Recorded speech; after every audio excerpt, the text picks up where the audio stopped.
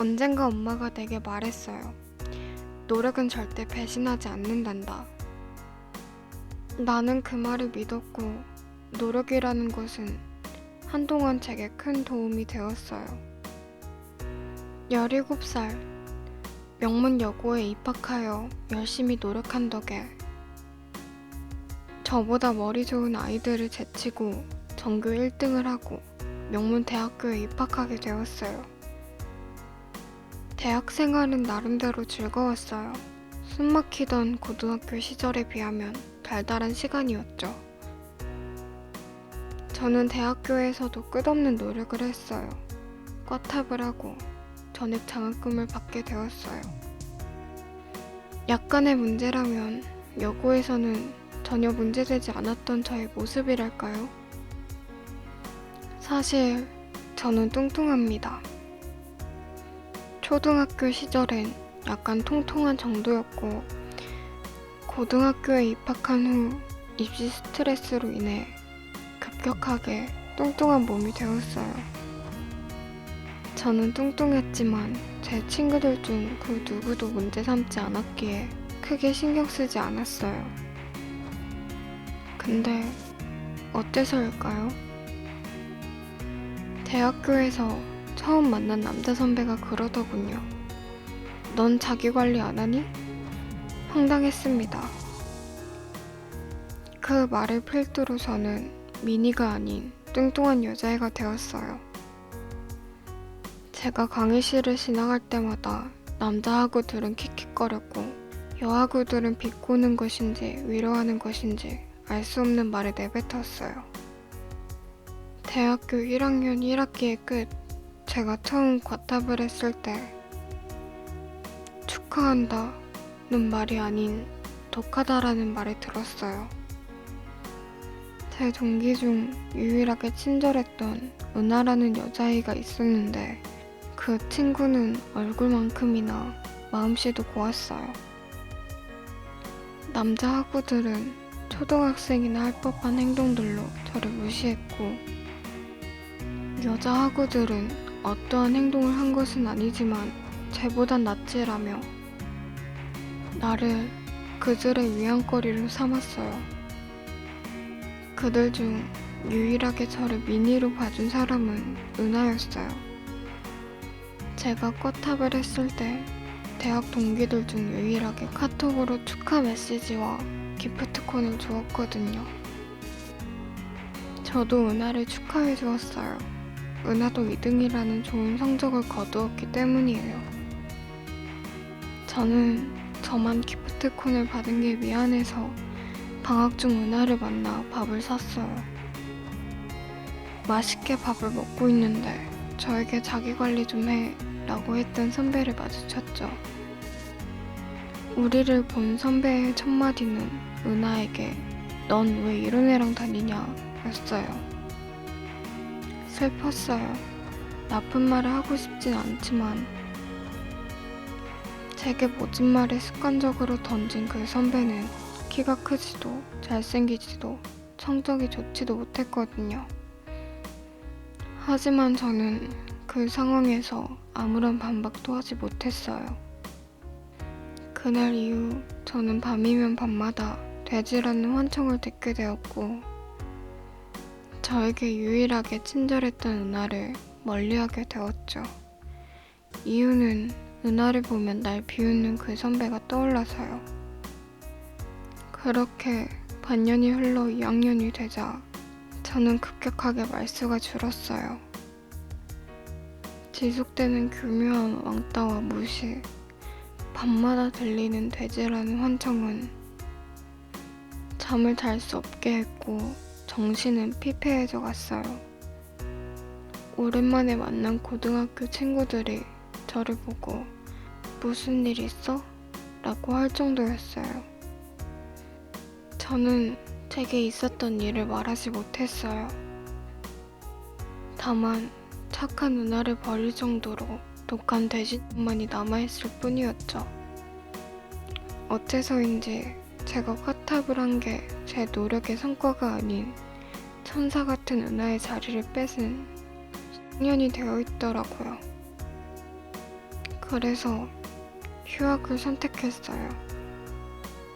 휴학을 하고 집에 틀어박혀 있던 그때 돌아가신 엄마의 말이 떠오르더군요. 노력은 절대로 배신하지 않아. 저는 그날 이후 반년 동안 50kg가량을 감량했어요. 지금 몸무게는 44kg, 밖에 나가지 않아요. 제가 다이어트에 성공하고 복학하자 학년은 사라지고 공부도 잘하고 예쁜 엄친딸 미니가 되었어요. 돼지년이 아닌 엄친딸이 된 저에게 남자 선배는 말하더군요. 진작에 빼지. 내가 너 살 빼면 이쁠 것 같아서 조언 좀 한 건데 상처받았던 건 아니지? 역겨웠어요. 저를 위안 삼던 여아구들은 저를 동경의 시선으로 바라보았고 매일 제 뒤에서 욕설을 뱉던 남아구들은 제게 고백을 해왔어요.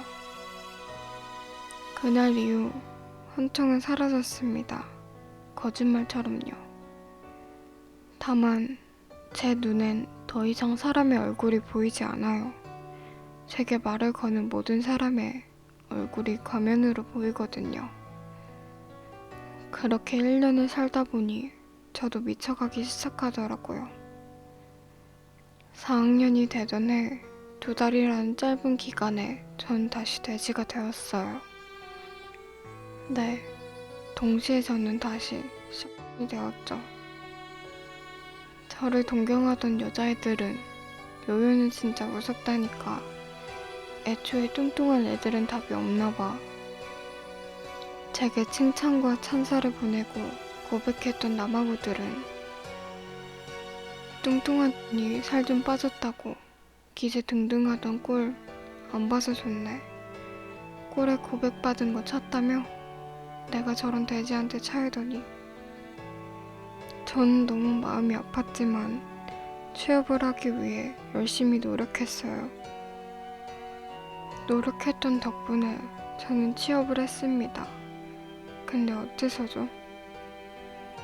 직장 내에서 당하는 왕따는 지독스럽더라고요. 돼지라는 이유로 당하는 직장 왕따는 어떤 노력으로도 해결되지 않았어요. 일을 열심히 해도 말을 예쁘게 해도 전 그냥 돼지였어요. 그래서 다시 다이어트를 결심했습니다. 하지만 노력은 사람을 배신하기도 하더군요. 직장일과 겸한 다이어트는 극심한 스트레스를 유발했고 저는 몽유병을 앓게 되었어요. 조금 특이한 점은 제가 수면 중일 때 몸이 마음대로 일어나 먹는다는 거예요. 네, 저는 더 뚱뚱해졌고 한심한 사람이 되었습니다. 대학교 시절 들었던 환청은 다시 시작되었고 그 환청은 자기 전이 아닌 일상생활을 지속하는 내내 들렸어요. 사람들의 얼굴은 하얀색 가면 위에 눈, 코, 입이 없어 보였고 저는 괴로웠어요. 분명히 노력하는 삶이었는데 어디서부터가 잘못된 것일까요? 몽유병은 점차 심해져 밖을 나돌아다니기까지 했어요. 얼마 전엔 치킨집 앞에서 깬 적이 있고 새벽에 한강 둔치를 걷고 있기도 했죠. 그리고 지금 저는 조금 낯선 낭떠러지 위에서 깼어요. 제가 정신을 차렸을 땐 너무 놀라 주저앉아버렸죠. 놀란 가슴을 다스리고 숨을 고르자 예쁜 달이 떠있는 것이 보였어요. 눈앞에는 최근에 단 한 번도 보지 못한 환상적인 밤하늘과 눈부신 야경이 펼쳐졌어요. 그때 깨달았어요. 이렇게 아름다운 세상에 나처럼 뚱뚱한 여자는 어울리지 않다는 것을요. 그 순간 제 몸이 제게 말을 걸어왔어요.